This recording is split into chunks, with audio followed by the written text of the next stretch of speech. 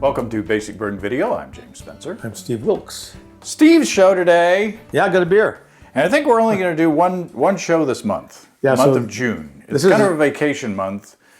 We're planning, or at least I'm planning a couple of trips, and we're not going to be around. I almost bottled a, what is it? It's a Saison that I've got in the other room. It's a French Saison, isn't it? Like Yes, it is, with ale? French hops. And I almost enlisted you to bottle that today, but I brewed it a week ago today, and I looked at it and it was still, the airlock was still just a little, I was like, I could probably get away with it, but nah, let's not hurry the process. Yeah. So anyway, we have a Belgian-inspired beer that you brewed. Yep. So what do we got? Well, this is ostensibly on paper. We're going to have to talk about this as you will soon find out. It's a Belgian Wit. Okay. I actually conceived of the beer and brewed the beer in early November of 2025. I lagered it until Memorial Day about 3 weeks ago. And so it's bottled it. well aged. And I went through a lot of some health issues and some stuff, and I just could never quite do it. But I was like, oh, it's safe, it's in there, it's okay. And sure enough, it was. Now, back in the old days, it was said, do not leave your beer on the yeast for more than 2 weeks because the yeast will autolyze and make your beer horrible. So was it on the primary yeast that whole time? Yeah, but there was like that. So what I had read about this, and someone will know more than me, but what I had read about that very issue years ago was that homebrewers shouldn't worry too much about that because it's more about the weight. So the yeast settles, it's in this fooder. So, or if you've got 20 barrels of beer. Exactly. On your... And it's literally pressing on all that yeast cake down there. That forces that flavor in. There's not enough volume to make that happen. That doesn't mean you can't spoil your beer. I'm not telling you to not take care of your beer. But I don't really worry about autolysis. That's the word. Right. So I don't worry too much about that. And although I did, by the 5th or 6th month, I was like, I don't know. And then I was like, well, maybe I should just dump this. But I didn't. That's what we're going to drink.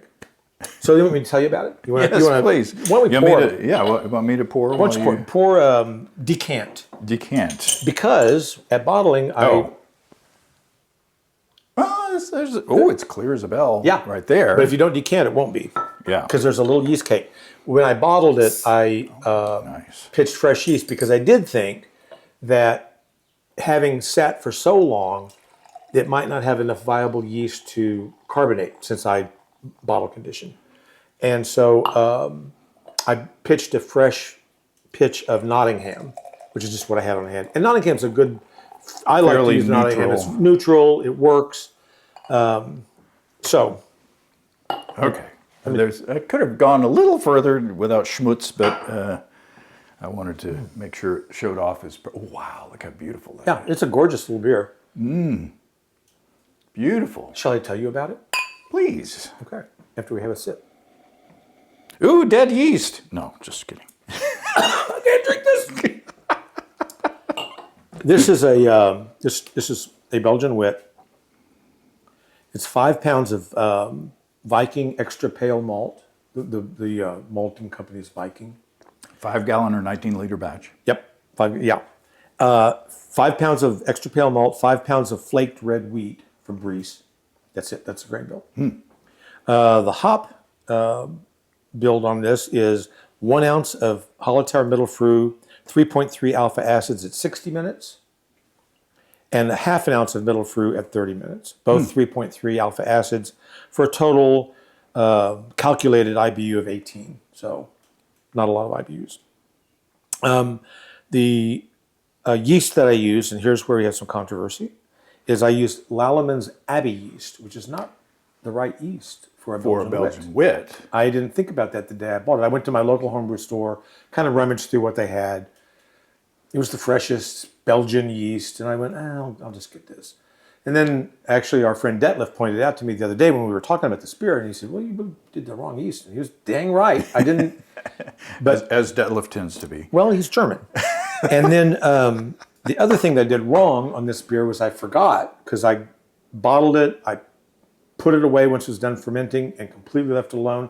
I never put in the coriander or the bitter orange peel, which I was going to do as a kind of dry hop. I just fell off the wagon and didn't do it. And so that's the beer. So what I've described to you is the beer. There's nothing else in it. What's your stats? Okay, well, gravities I'm and 5'10". I weigh 220 pounds. I'm single. And I'm looking for a relationship. None of that's true. No, none of that's true.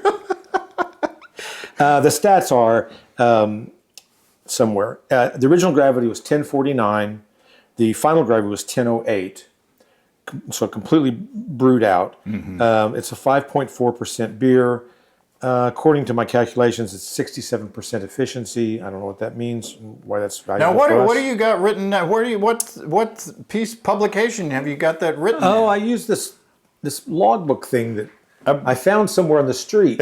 a basic brewer's logbook, which they're back in stock in the shop, and I keep forgetting to say on the show, but they're back in stock. But are you like having AC/DC, back in stock. But are you having a price rollback? If you're not having a price rollback, well, I was able to keep the price the same. I reordered them, and I expected it to be higher price, but actually, it's about the same. So nice. We're freezing the price. Anyway, continue. That's really, I used distilled water and I used brewing salts appropriate to what I wanted. So check your brewing software. Check your brewing software. I don't even have that written down. That's it. That's the beer. And the interesting thing about it is, for me, is that I was able to brew this beer, safely store it in a refrigerator at 34 degrees. That's where I keep that fridge. So it's set at 34 degrees for 5-6 months? Yeah. And maybe why it's so clear. Of course, the glass is yeah, fogging up now. Well, you may not be single, but I think that this is a single. Okay, I'll go there. Because it's not a wit. It doesn't have the coriander. It doesn't have the wheaty tang that I would expect from a wit, but it's brewed with Belgian yeast. It does have for a beer this old, I think it's got a really nice hop presence. I do too. Like very fresh. Yeah, but I would call it more of a. Is it too high in gravity to be a single? I don't know. I've not really researched it. I just know It's an imperial single. Yeah, it's an imperial single. No, I think I would call it a Belgian, or just a Belgian pale ale. Yeah, that's really rather than a wit, because I don't brew to style. I just brew 10 minutes of art, willy-nilly. The other thing that I think is interesting about this particular beer that I had never considered before, ever, in all of my 30 or so years of brewing, when I got it out to brew it, I used a priming sugar calculator to determine how much priming sugar I should put in it. And the site that I went to had a little tutorial on there, and it cautioned you not to over prime because the beer was at, say, 35. It was about 40 degrees, more or less, Fahrenheit. And it said, don't put in like your normal amount because there's a lot of CO2 embedded in that beer. CO2. So I was scared to death that I had underprimed it. I only put in about less than 2 ounces of, I actually just used table sugar. I used about 1.8 ounces of table sugar. And normally, I don't know, but let's say 4 or 5 ounces. Or somewhere there. Half a cup of honey. That's my normal thing. But I was like, well, if I do a half a cup of honey, I'm going to have psh. Mm-hmm. And so I followed their advice, and it was good advice. It's only been in the bottle now for less than 2 weeks. I don't know if it will become more carbonated as time goes on, but I think it's probably about done. I mean, this beer seems good to me. Oh, yeah. I wish it had a little more residual head. I don't know what, I kind of expected that there would be more head retention because of all the wheat, but it doesn't. But I think if I had poured more aggressively, right. It's got lacing. It's got some lacing on the side. And as far as the flavor is concerned, the drinkability, the enjoyment of the beer, it's great. There's nothing wrong with it. It's just not what I set out to brew those many months ago. Well, and we come across this a lot. It's like, sometimes if the recipe is off just a little bit, it's not a failure because you've brewed something and it's probably going to be tasty. Yeah, and again, I know I say this frequently. we're homebrewers. I'm not trying to brew something every single time the exact same way. Right. I'm not trying to please a commercial audience, or I didn't brew this beer competitively. In fact, I don't really brew competitively. But if I did, that would be really important to me. That's not so important to me. It's just, do I like it? Do my friends like it? And that's about all I really care about. And it's super clean. There's no defects at all. No, that's the other thing. I was like, oh my gosh, I hope this doesn't have any kind of weird old flavor. It doesn't. No.